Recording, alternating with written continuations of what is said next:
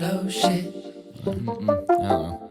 I don't know shit. Coley, go ask Preacher Man. I don't know shit. He says he knows.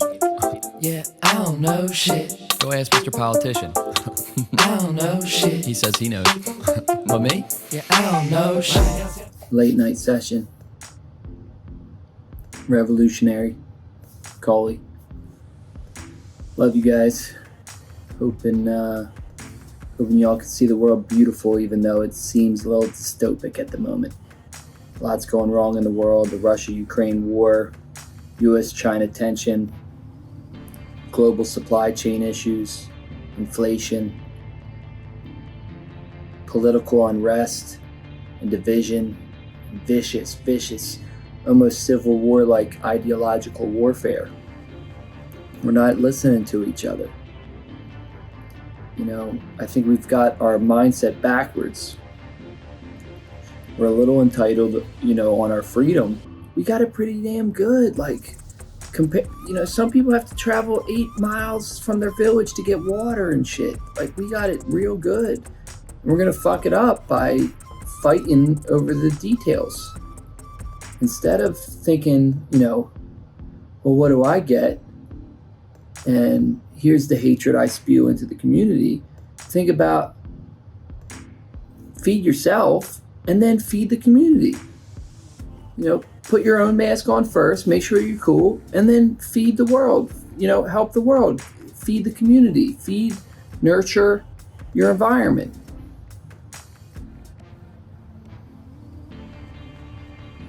Don't spew hatred while asking what you can get. If you get to a place where you're not in need, you can then give, and then it reciprocates. It's like the law of giving, the law of attraction. It's like a dance. And you manifest as you feel. So if you think life sucks, it's going to suck.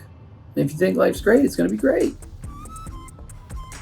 And then putting it into action, execution.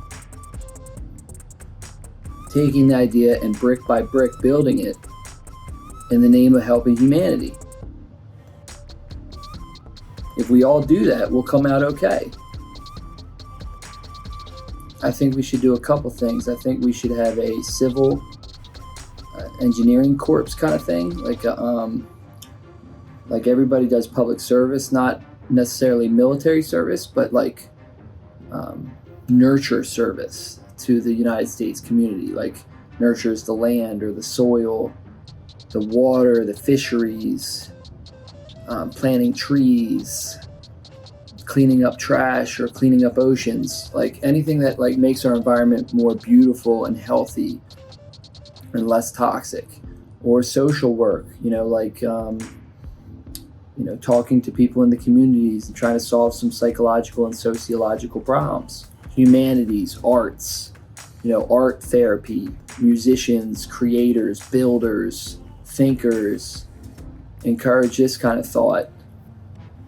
That whole ask not what your country can do for you, but what you can do for your country. If we all think we're fucked, and if we all don't like the way things are going, let's get together and fix it. Together. If you had a company where half the company was trying to undermine the other half of the company the whole time, it wouldn't be a successful company, and we're not being a successful country.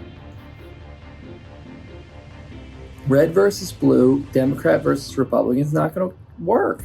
We see it not working.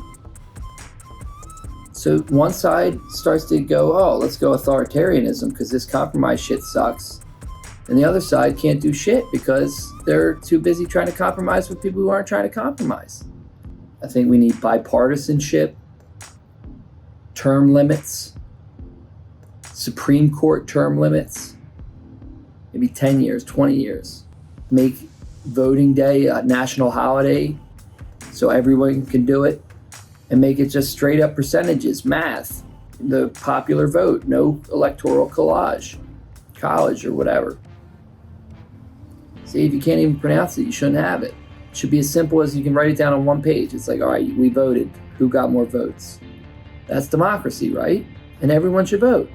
So make it easy to vote. And instead of having this rule and this rule and this and this and this, use technology to fix it. Maybe facial recognition, social security numbers, biometrics, Everyone's got a phone. There's got to be some way of doing it that's trackable, traceable, identifiable, and even safer using technology.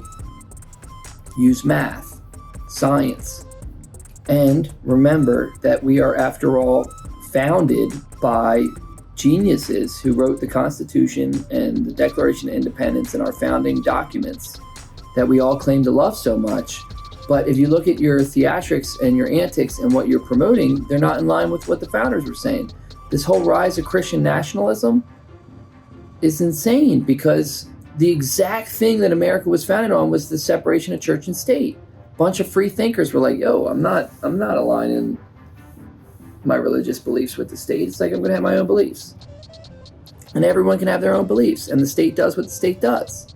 That's the beautiful part about it. It uses math, logic, reason, science, trackable things, so we can all look and be like, yeah, it's working, or that's not working. We should all be free to practice whatever religion or spirituality or meditative practice that works best for you. We should all get to choose that and use that as the place where we come from when we're putting our ideas into the well. And the government needs to be outside of any one of those.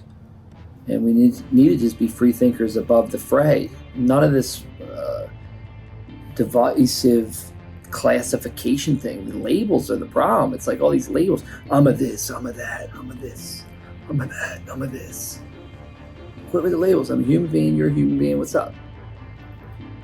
Republican, Democrat, Lutheran, Christian, Taoist, Buddhist, Islam. It's these labels. We put these labels, and then it's like these labels clash. But the fucking this is all imaginary. It's all made up shit to divide, or brand, or rep. Rebel media. That's why people do it, probably. But we got to remember our common roots and our common humanity, and feed that with love. And I think we can turn this thing around. Love you all. Revolutionary. I don't know shit. Right now 76, thinking. I don't know shit. I don't know shit.